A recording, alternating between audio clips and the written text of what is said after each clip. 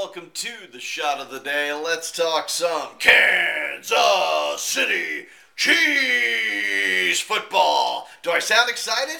Well, it's not because the Chiefs won. It's because they won and I get to drink again. I haven't had a shot in 6 weeks. I've been sober for 6 weeks, waiting for the Chiefs to win. That's the only excitement this victory brought to me. It's a hollow victory because it's just more of the same. I mean, there were some good things. The defense showed up today. I'm wearing my camo hat because the Chiefs went hunting. And that's what it takes to win, is use Kareem Hunt. The offensive line did step up. Our defense stepped up, which proves one or two things.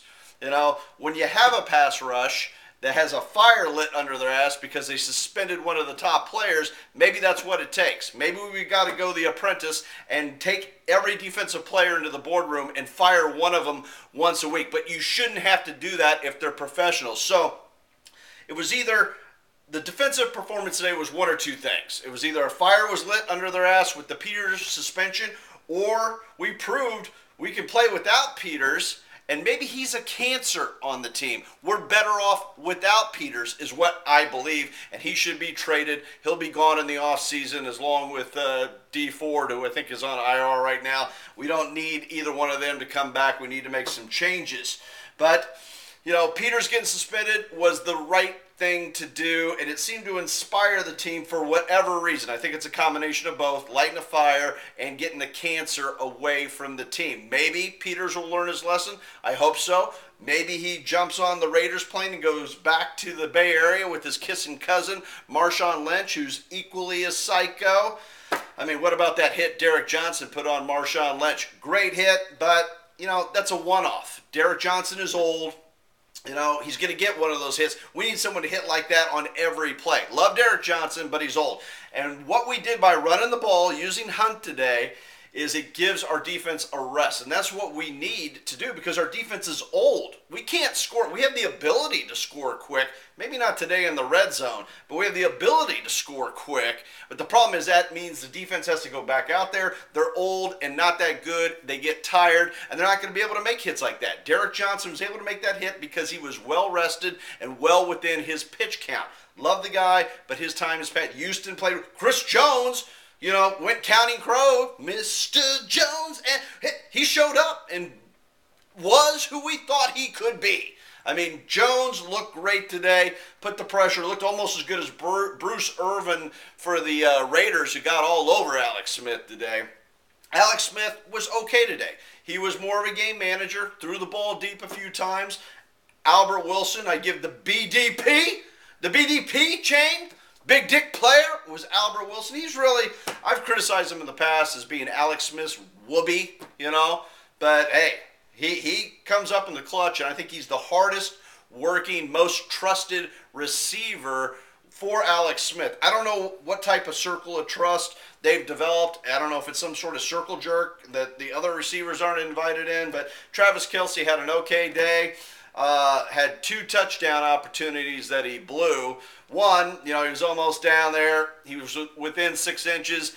Could have reached the ball out, I thought, but maybe I'm being too hard on him. I probably am. The other one, you know, he dropped going in there. Another one, he scored to go in, but it was a penalty. May the Schwartz be with you. Schwartz got a penalty, ineligible offensive lineman down the field. So if you had, you know, Alex Smith and Travis Kelce in your daily fantasy, leagues, like I did in a couple small ones because I don't trust them. Who would bet on the Chiefs? But why not try it every once in a while? That was a 28-point swing between Smith, you know, and Kelce being wiped out twice or not quite getting there. And Kelce was upset on the sidelines, you know, yelling at Reed. I saw it for a little bit. Who knows what it was about? Maybe he was doing his impression of Marcus Peters because he's the equally volatile player as Marcus Peters on the offensive side of the ball, though Kelce is probably in a little better control of his emotions.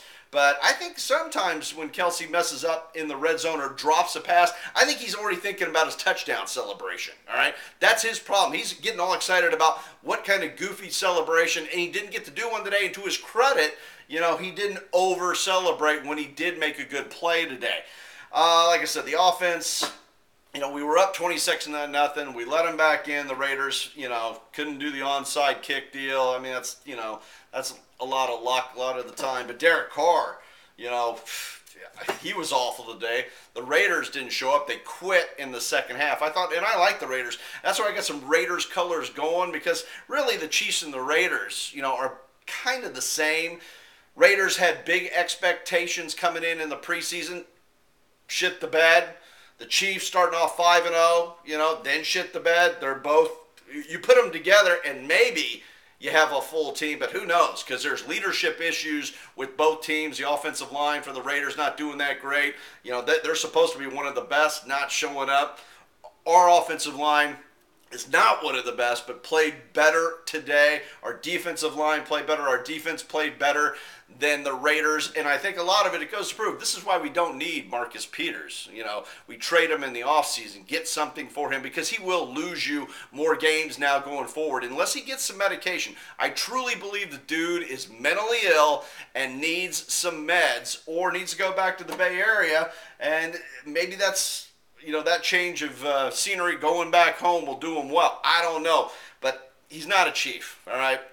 Got to get rid of him. A lot of articles, he's not nice. I don't care about a player being nice. I want him to be mean on the field. I just don't want him to be cuckoo and do stupid stuff. I mean, a lot of times you just ask a player, just go do your job, and all I'm asking is don't fuck up. The DFU theory is like, just don't fuck up, all right? I know you're not maybe going to be the best player all the time. Just don't fuck up. That's all I ask. Not asking you to wear the BDP chain all the time. Big dick player.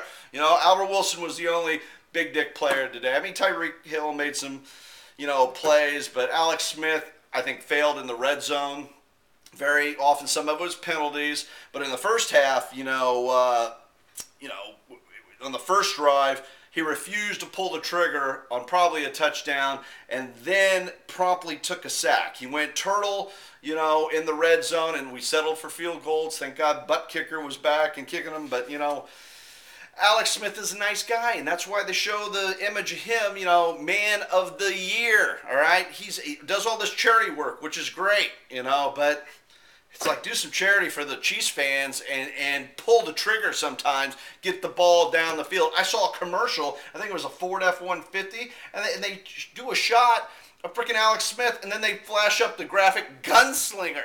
More fake news. I would sue that company who ran that commercial. False advertising. He is not a gunslinger. Does it every once in a while, but he's more scared to do it than not. He is not. He is a good quarterback.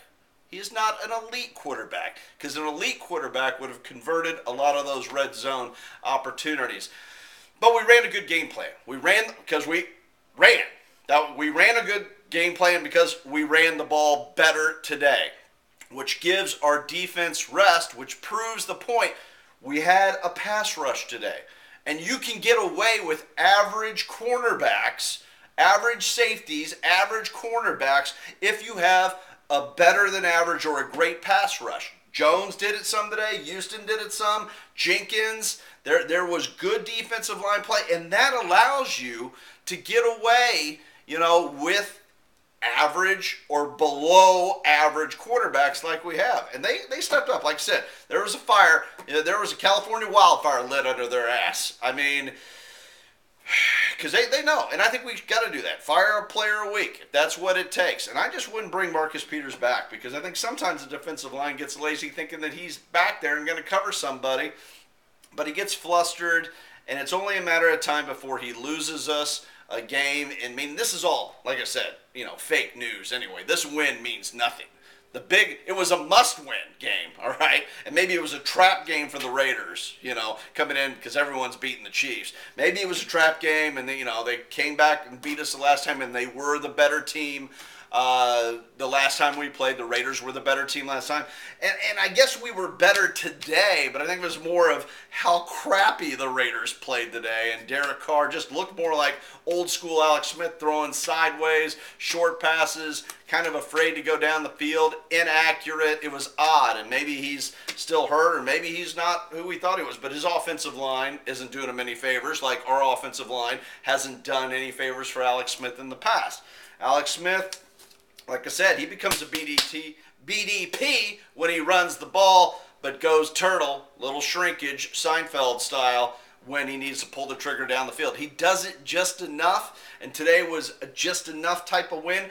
We don't have the killer instinct. Alex Smith does not have the killer instinct. That's why we settled for field goals instead of TDs in the red zone. I mean, he's got to convert those. If he had the killer instinct or was elite, even like a Carson Wentz, look at what a Carson Wentz is doing with a Chiefs offensive coordinator going back to Philly where Andy Reid left. A little bit of Twilight Zone, multiverse shit going on right there. I mean, if Doug Peterson can go there and take a second-year quarterback, and look what they've done to the Eagles, you know. I mean, I think some of this is coaching. I'm not blaming it all on Alex Smith. He's good, not great. He's not going to win us in the play. All this is like, you get excited for a win today, but you just know how it's going to end, guys. We are now, I haven't seen the final score of the Chargers. I know they're winning. They pulled Phillip Rivers, so they're going to win. So I guess technically there's a tie for first, but we have the tiebreaker right now. But the must-win game is next week against the Chargers. They come into Arrowhead Saturday night. I don't see how we beat the Chargers. They're just smoking hot right now. Phillip Rivers is being Phillip Rivers. We need him, you know, to have one of his breakdown games where he throws 5 interceptions in the red zone. I don't know if that's going to happen. You got Keenan Allen. We can't rely on him getting hurt at Arrowhead like before. They got a lot of good receivers at Hunter Henry. The defense, Bosa, Ingram, their corners, Cameron Hayward. I mean, they are a better team even on paper right now than the Chiefs. So the only advantage the Chiefs have is being at home, which that really hasn't been proven. But because with a team like the Chargers, you play like you play today, all right? And you get up, you got to put your foot on their throat. You got to choke them out. You got to make them tap out, you know, and I just don't see the Chiefs being able to do that. And the inconsistency is, oh, we got to win. You know, are they going to relax this week, thinking, oh, everything's okay right now, when it really isn't? I mean, the Chargers are the team to beat in the AFC West, AFC Worst. AFC stands for Average Football Conference because everyone's average basically at 500. Or just below or just over. I mean, it's no one going out of the AFC West really scares anybody in the playoff hunt except maybe the Chargers because they get it done, you know, on offense and defense, and they put it together on a consistent basis where the Chiefs did it today, but I think it was more of an issue of the Raiders playing crappy. And like I said, we have to run the ball. Okay, if we get in a shootout with the Chargers, what does that mean if we get in a shootout with the Chargers? That means if we do some quick scores, like we have the ability to, which sounds good, but now what have we learned about quick scores? When you have an old, broken down defense, and I guess Revis played better today. Maybe he brought some leadership. I didn't hear his name called for good or bad. I didn't really, you know, catch him, but the problem is our defense is old and not that good. So if you keep them on the field for a long time, or if you score quickly and they have to come back out, they're going to break down. They are on a pitch count. I mean, they're basically a 13-year-old kid who just had Tommy John surgery because they're overbearing parents living vicariously through the 13-year-old are making them throw curveballs at 13 and pitching 3 days in a row. I mean, we can't do that with our defense, okay? They're going to break down. They are going to break down. So our game plan has to be, and we did it today, a little more vanilla. We weren't very complicated, and that's what we have to do. We can't get too cute, maybe one time a game. We're going to have to run the ball, old school Chiefs, control the clock, and pull the trigger when we have to pull the trigger. Not go turtle. When we get into the red zone, we cannot settle for field goals over touchdowns because the Chargers and Phillip Crimea Rivers, I really can't stand the guy. At least we're not losing to San Diego, who have some of the worst fans. Just kidding, Charger friends. Not really. But, I mean, they're a homeless team that plays in a soccer stadium, and that, you know, where they came from and where they went to, both have Hep C breakouts because of the homeless population, and one of the wealthiest homeless population are the San Diego Chargers. They don't know. They're a team without a home, but they're sucking it up. They're professionals. They're showing up. They've started out 0-4 and overcame adversity. We started out 5-0, lost 6 out of 7. We won today, but did I really see a shift of us coming over adversity? Do I have any confidence that they're going to beat the Chargers next week? Hell no. I mean, if I was an objective bettor, you got to take, I don't know what the spread is yet, but you got to take the Chargers over the Chiefs. I just don't see it unless there's injuries or Phillip Rivers has one of his meltdowns where he's throwing a lot of interceptions. But for him to throw a lot of interceptions, that is taking a big assumption that we are going to have the pass rush. It would have to be a better pass rush than we had today. And, Marcus Peters would have to keep his head, and the other guys wouldn't have to be as crappy as they really are. Our defense played above their heads today.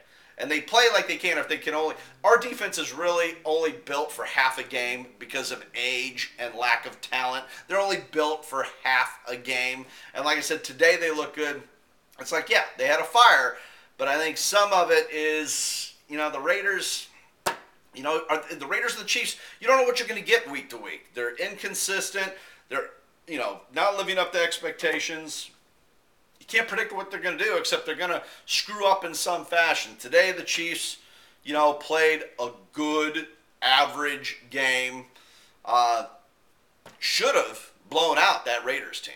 Should have blown them out, or at least should have kept the shutout. Shouldn't have let them back in the game. But there wasn't really that much time left. It would have been a miracle. But as we learned the last time we played the Raiders, gets down to it, we're going to give a team 8-10 tries, in the red zone, or if they're on the 1 yard line and the first and goal, that means it's really first and goal and you'll get 8 tries because we'll screw up somehow. We had some penalties today, like the Schwartz thing, and shot ourselves in the foot, but it was more of a, it was just vanilla. We don't have the killer instinct. We don't. Even though we went hunting, did we really kill anything, And, I'm all for hunting, just as long as you eat what you kill. That's all I'm saying. That goes for those ghost hunters out there. I don't mind. I'm all for hunting. I don't like the big game trophy hunting. Against that, I'm all for hunting. Just eat what you kill. And that includes ghost hunters, all right? Eat what you kill. Just saying. And I'll give you, I was in KC last week, and I'll give you an analogy of how the Chiefs, what I think the problem is, there's no passion in the franchise except crazy passion, like Kelce, who's cuckoo, but it's relatively controlled. Peters is, I think, criminally, mentally ill. I think that's the direction it's heading. I could see sadly, a Belcher situation going on with that dude, sadly.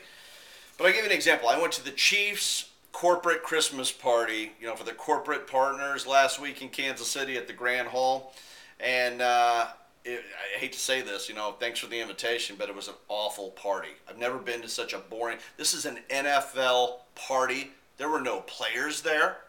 There were no cheerleaders there. There were no players, past, present. I guess you can't have future players there.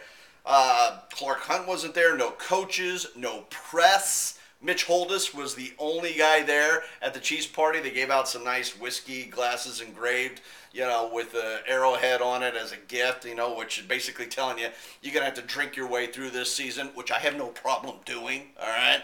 But the party was weak. The president came up and gave a speech, and the sound system was terrible. It was so boring. Once again, he's talking about charity, which is great. You want to do charity work in the community, but they're not talking about winning. No passion about winning. He did mention that he talked to Andy Reid, and, he used the word Andy Reid was pissed at what was going on, and everyone's like, ooh, I think there was only I would say not even 100 people there. Not even 100 people. Food was okay, open bar, which I'm a fan of, but the speech was this. I think the president is Mark Donovan. I don't know. No one could hear him. He was just talking monotone, telling just boring ass stories, not firing up the crowd, no passion. Should have gone out there with some self-deprecating humor, saying, "Look, yeah, I know we suck. We're gonna turn it around. We still have a chance. We're kicking ass. We suspended Psycho Peters. We're gonna trade him in the offseason." Good Lord.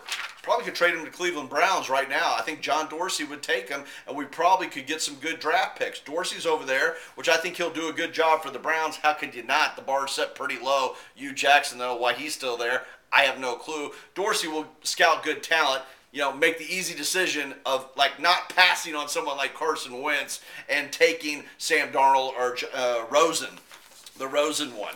But John Dorsey will screw up their salary cap because that's what he did here. Great evaluator of talent, cannot manage money. Like a drunken teenage chick that you gave your credit card to. Not going to end well with the credit limit. All right. Let's see. Let's just go over my notes here. The party was weak. My point is, if an NFL team, that making crap loads of money can't throw a decent Christmas party, I mean, there should have been drunken cheerleaders. There should have been a lot of sexual harassment claims after the party and people resigning. That's what kind of party you need to throw in the NFL. I'm talking old school 80s, 90s, Dallas White House shit right there. Cowboys White House shit with Michael Irvin inviting frickin' Willie Wilson down and Willie Aikens, with the bump it up at the White House in Dallas. All right. Harris, I can't. This guy I can't stand, the tight end. He had a good catch today with some yak. Speaking of the yayo, he yacked. But then he dropped a sure touchdown. Why is he involved in the offense? I don't know. We got another must-win next weekend. But I'm going to say right now, Chargers are going to win. I just don't see what I've seen this season from the Chiefs, how the Chiefs beat the Chargers next week in a must-win.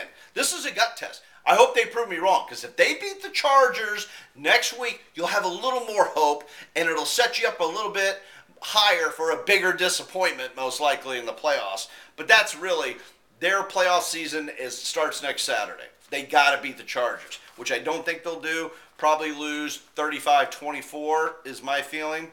But, they're going to have to count on Rivers melting down, which he does one game a year, maybe multiple games. Very rare. He's on a roll right now, and probably some injuries. Hopefully Keenan Allen's leg, not hopefully, scratch that. But that's what I'm saying it would take, is his leg falling off again. Let's see. So, yeah, Smith took a lot of sacks today. He went full turtle a number of times. Just afraid to pull the... Poor Amari Cooper. That guy can't catch a ball. I don't know what's going on with him, Raiders fans. I mean, dude, and then he twisted his ankle and screamed like a little girl. Did you hear him? I could hear it through my TV, him screaming like a girl on a twisted ankle. Yeah, I'm sure it hurt, but come on now. That's not Raider-esque, even just seriously, Cooper, step it up a little bit. You're drinking the Vaginex instead of some real PEDs, which maybe the Chiefs are on today. I'm all for PEDs for recovery, not for throwing on 50 pounds in a week, but, for recovery, shoot them up. I don't care. Go in the little tent and just be a pincushion. It's all about winning. I don't care. Yeah, everybody. Charity is good. It's a good thing, but we can all do charity. We can't all go out and play professional football and win a game, and that's what we pay to see. We pay to see a freaking championship run. We don't pay to hear about how much charitable work the Chiefs are doing. Don't give a shit. It's a nice thing, but I don't go to my football games to hear about their charitable contributions. I want to go there for freaking victories. That's the charity. Get a Salvation, ring the Salvation Army bell and put in freaking wins in the pot instead of the bell ringing like Game of Thrones. Shame, shame, shame. You lose again. Kelce, he had a weird day today. Just a weird day. And I'm just waiting for him to implode. Both teams, have imploded, the Raiders and the Chiefs. Basically the silver and black dome. The silver dome, it will be the Raiders. The Chiefs are the Georgia dome.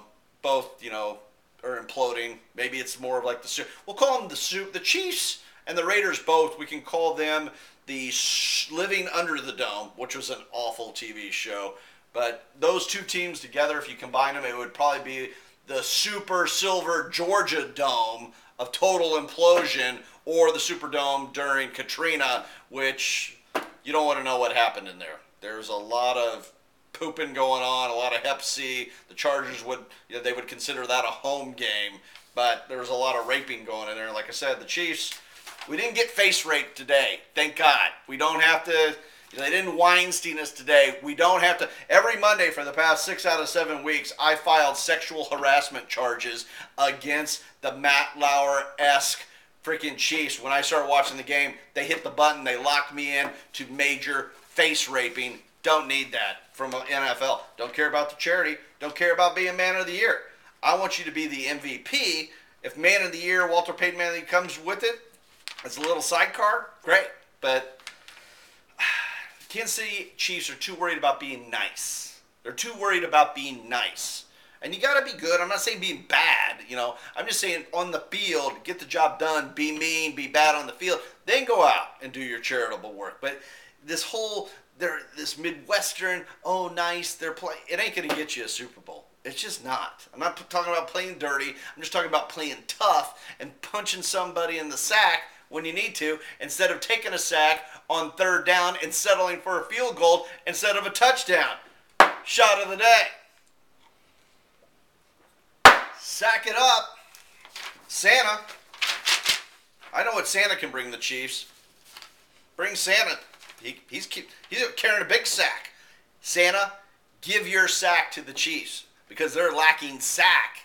They like to take sacks, but they need it. They need a sack to put the killer instinct to finish teams off, and they just can't finish. They just can't. I mean, and it's not this win today. I'm just going to say it means nothing.